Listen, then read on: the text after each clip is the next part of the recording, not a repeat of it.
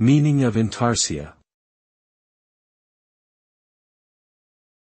Intarsia.